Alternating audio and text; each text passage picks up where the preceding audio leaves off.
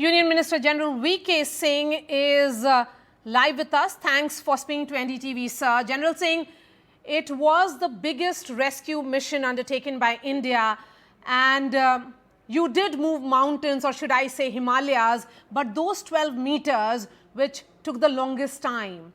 I'd been in touch with you, you were on ground, you sounded very optimistic through and through. What made you call the rat miners? See, there are three things, Maria. One is in the domain of tunneling, when you talk to people, rat miners are an integral part of any rescue arrangement, because when you do, the normal course is that if there is a mishap in which the passage gets blocked, a side drift is started.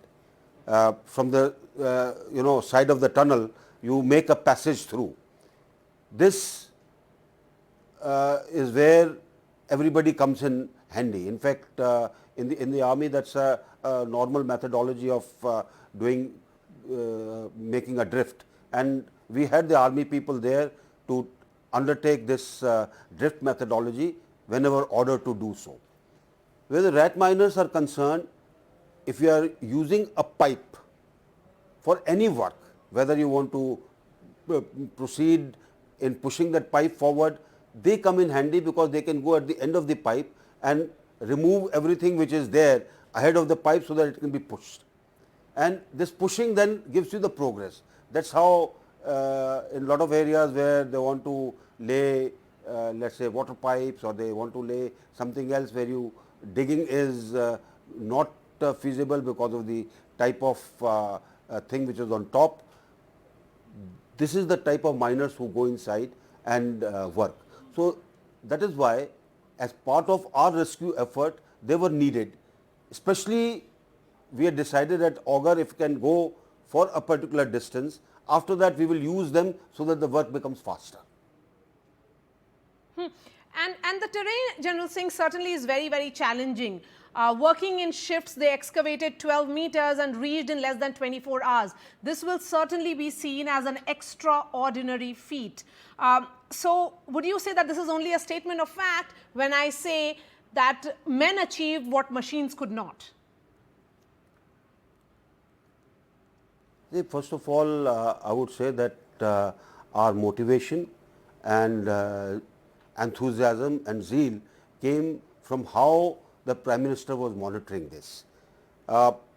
Despite his busy schedule in these 16 days, morning and evening, he was ensuring that he got a correct feedback.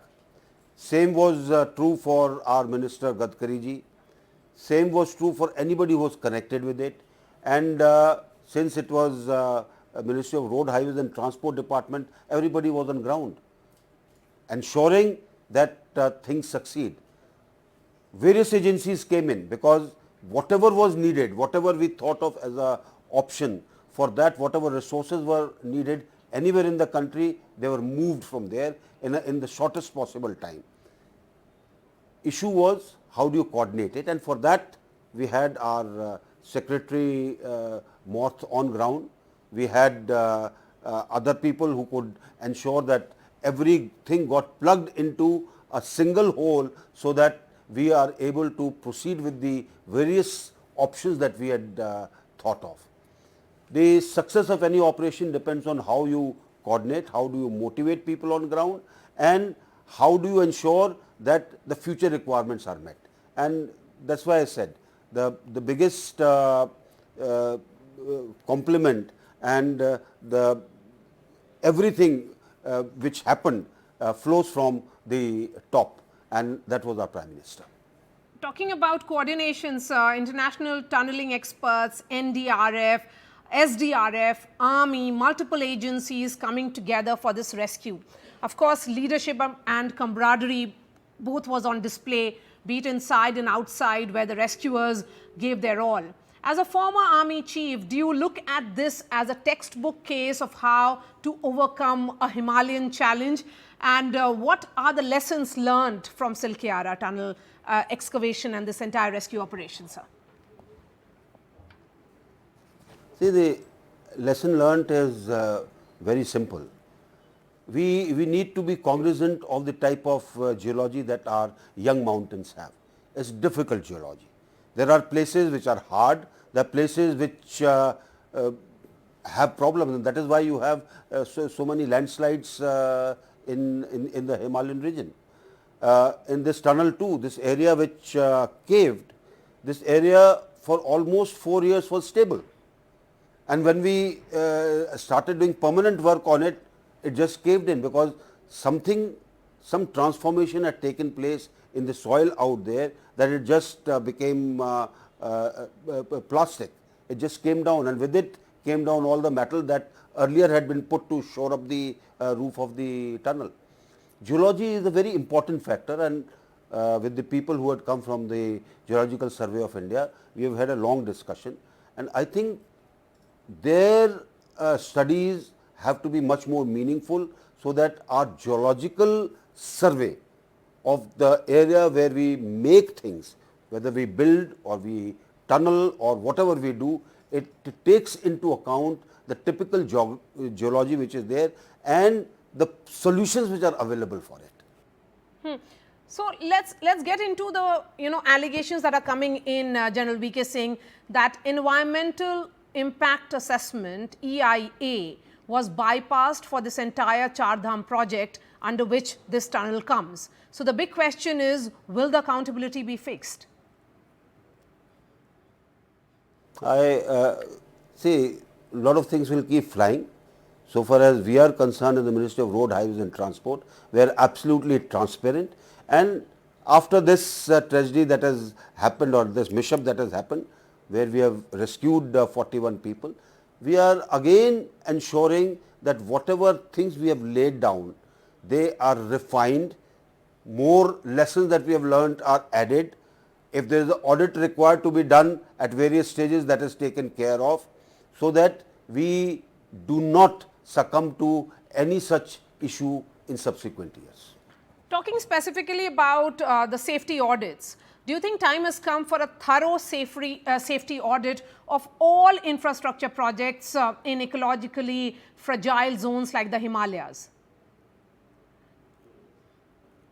See, it is not only just ecologically sensitive zone, it is also the geology part.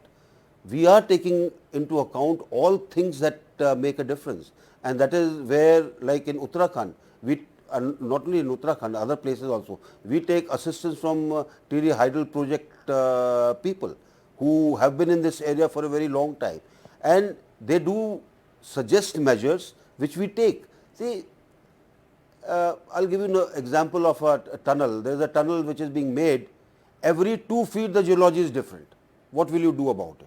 I mean, it's not ecologically sensitive, but the whole Himalayas are young mountains. We have to take into account the type of difficulties that will come. With this, we are carrying out our own review, we are carrying out our own assessment, we will carry out our own audits, and we will ensure that what we put down on ground meet the requirements of the day. My last question to you, sir. We also saw international experts, several of them, Arnold Dix from Australia, Chris Cooper pitching in as well. So the coordination went beyond borders. Australian Prime Minister Anthony Albanese tweeted about it as well. What more can you tell us about this aspect? See, he is head of the International Tunnelling Organization, and we have been having a great amount of cooperation with this organization in terms of holding seminars, in terms of having workshops, so that our people are at par with whatever is happening in the world. Like I said, they also do not understand our geology. He was there on ground. He incidentally had earlier worked in the Tiri Hydel project. So he is quite aware of the type of Himalayan geology, and that is why he stayed on ground back again to ensure that whatever assistance we could get in terms of monitoring what was happening. Like at a particular period, he found that the vibrations were slightly higher than what which is good for the rescue operation. So we had to stop the drilling that was taking place and the blasting that was taking place by the THDC to make that micro tunnel. All right, General V.K. Singh, Union Minister, appreciate your time. Thank you so much for speaking to NDTV.